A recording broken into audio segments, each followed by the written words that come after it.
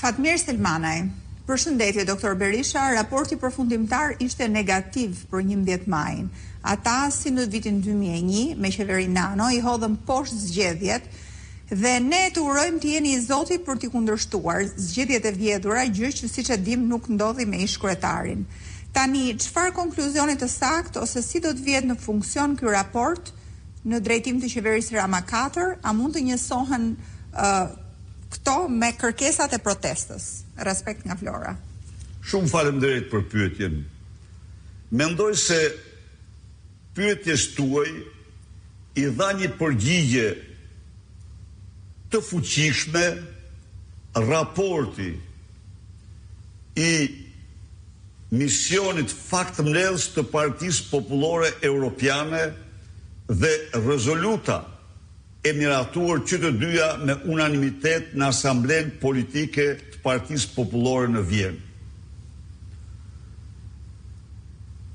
Kërkesa për qeveri teknike për zhvillim në zgjedhjeve në vlerësimin tim është kërkesa më maksimale dhe më rëndësishme për Partinë Demokratike dhe për qytetarët shqiptarë.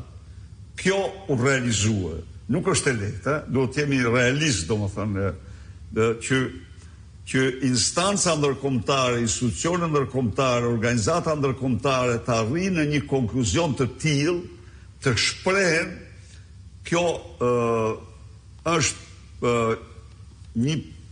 një proces i tërë që duhet dokumentuar me qindra për të mos thënë mijëra dokumenta, dhe në atë raport, në qoftë se e lexoni, e keni në faqen e Partisë Demokratike, ndër të tjera citohet edhe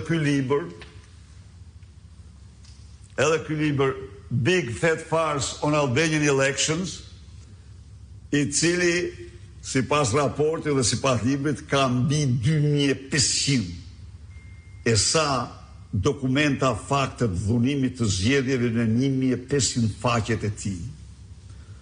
Ndaj dhe na përket ne tani të ndajmë me Edi Ramën për të zhvilluar zgjedhje.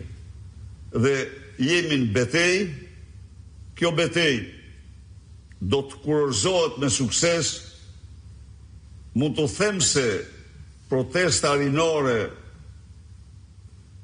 qytetare, në qoftë se ne me protestat tona dhe dokumentat që arritëm ndërkombëtare ja dolën ta plagosim rënd Edi Ramën, protesta qytetare e ka plagosur atë në mënyrë fatale.